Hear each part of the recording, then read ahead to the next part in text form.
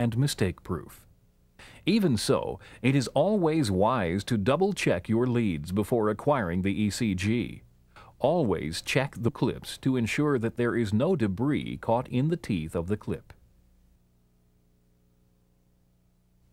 A poor tracing can be caused by many things, some so simple they are easy to overlook. Most artifact is caused by the patient, the skin electrodes, or outside electrical interference. Here are some examples of artifact that can make an ECG difficult or even impossible to read. This poor tracing was caused by a patient becoming uncomfortable and tensing his legs. This is called somatic tremor. A nearby lamp caused electrical interference that was picked up on this ECG report. This effect is called baseline wander and can be caused by loose sensors, dry sensors, or poor quality sensors. The Eclipse LE2 was tested and validated using Spacelab's Burdick electrodes. Therefore, it is recommended that, for best performance, Spacelab's Burdick electrodes be used with this electrocardiograph. A starter supply of electrodes has been included with your new Eclipse LE2. This ends part 2 of the video. You have now been shown the proper way of acquiring quality ECGs, including proper patient preparation, correct lead placement, examples of common artifact, and causes of poor ECG traces. In Part 3, you will be shown how to acquire a STAT ECG, entering patient information, acquiring an ECG, and a review of report contents. It is possible to obtain a STAT ECG without entering any patient information. Once the patient is hooked up, just press the blue ECG key to produce a 12-lead resting ECG. When you acquire a STAT ECG without entering any patient information, the LE2 will print a STAT ID in the patient ID field. This consists of #stat#, followed by 12 numbers that indicate the date and time of acquisition.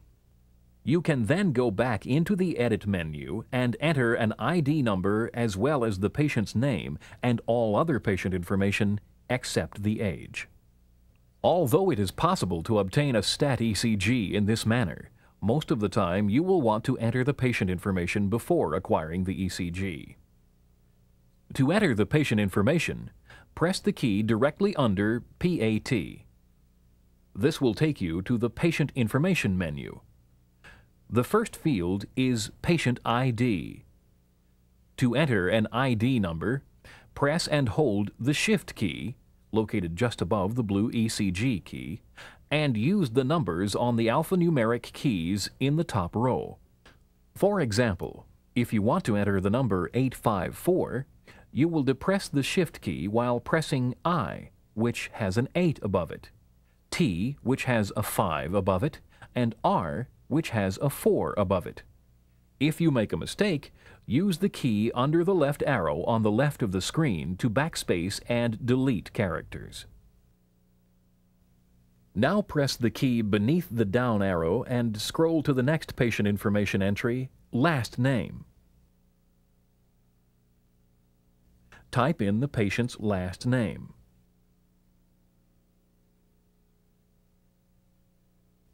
Press the down arrow key again to scroll to the next entry, First Name. Type in the patient's first name. Again, press the down arrow key to scroll to the next entry, Age. Enter the patient's age using the Shift key and the top row of alphanumeric keys. Press the down arrow key to move to Age Format. The current setting is Years. Use the keys underneath the right and left arrow at the left of the screen to scroll through the choices, which are years, months, or days.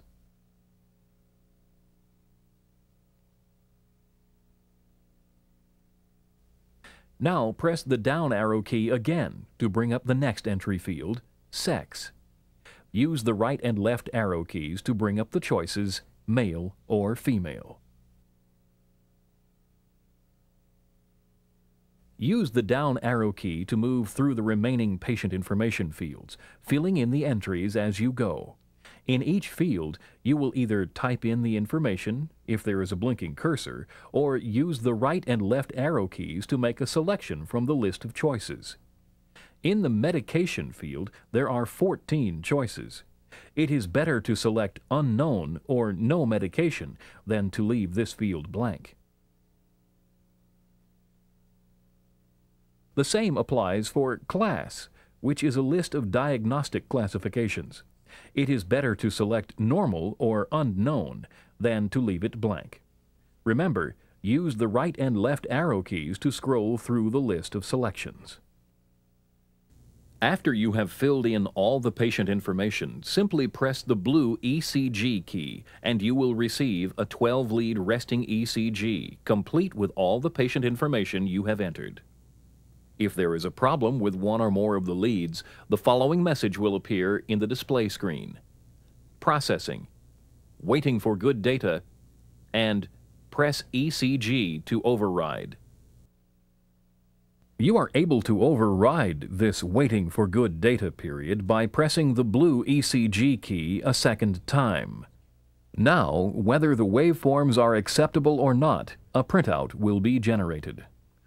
After the ECG has been acquired, the Eclipse LE2 returns to the Edit menu. At this point, before you disconnect your patient, it is a good idea to check Lead 1 and AVR on your ECG printout.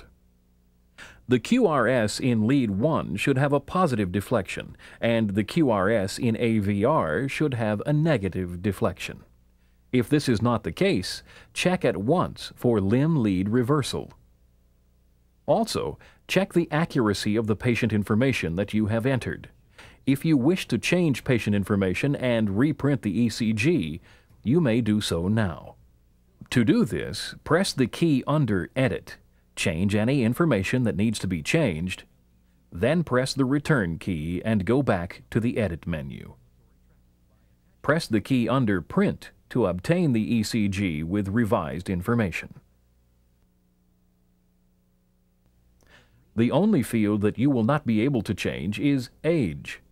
If you would like to change the paper speed, filter, or gain on an ECG that you have already acquired, press the key under AMP.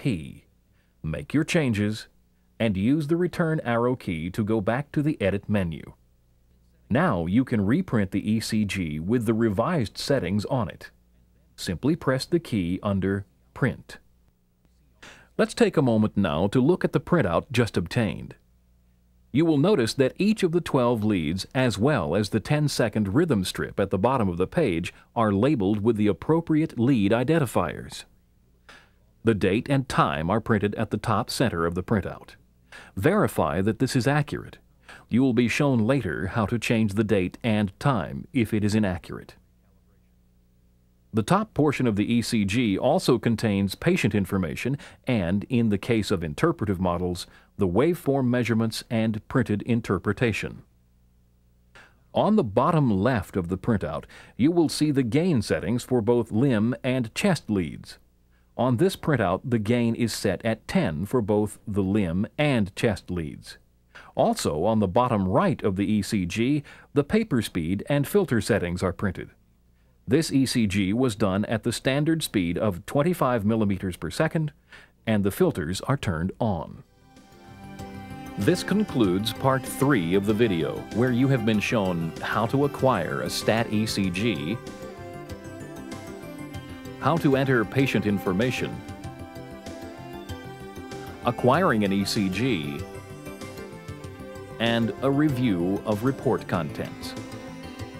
In Part 4, you will be shown advanced system programming, including custom report formats, a detailed explanation of the keyboard, a detailed explanation of the display screen, and customizing system operation to your specific needs.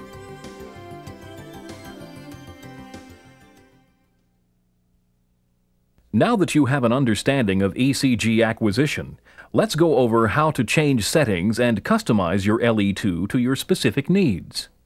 Remember that everything covered in this video is also found in the operator's manual.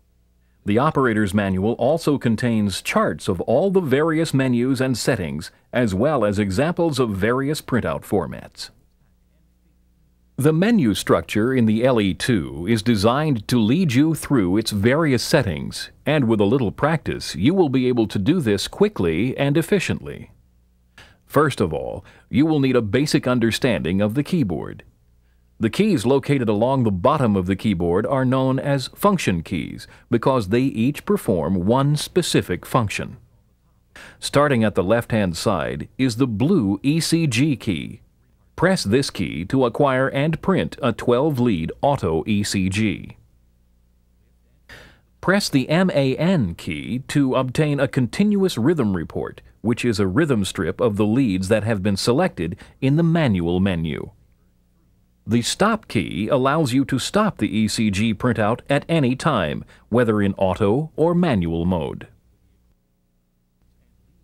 The 1 mV key produces a 1 mV cal pulse on the printout. The cal pulses are produced automatically on the 12-lead ECG printouts, but you will need to press this key if you desire a cal pulse printed on the manual rhythm reports.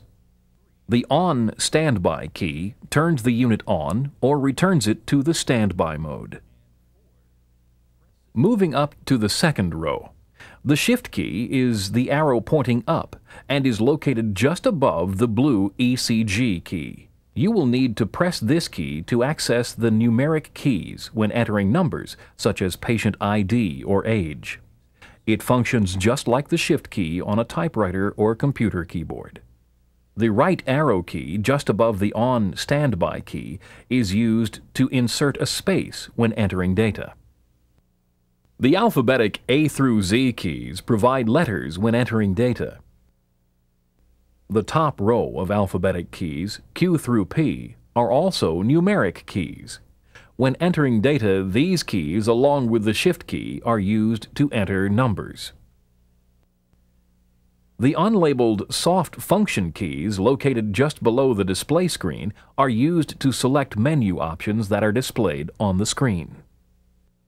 Now we'll turn our attention to the display screen. Press the On Standby key to turn the LE2 on. After performing a self-check, the initial screen will appear. There are two lines of information across the display screen. The top line includes the ID number of the current patient and will be blank at this time. Next is the power status. AC indicates that the unit is connected to an electrical source. B indicates that the unit is functioning on battery power, and LB indicates a low battery.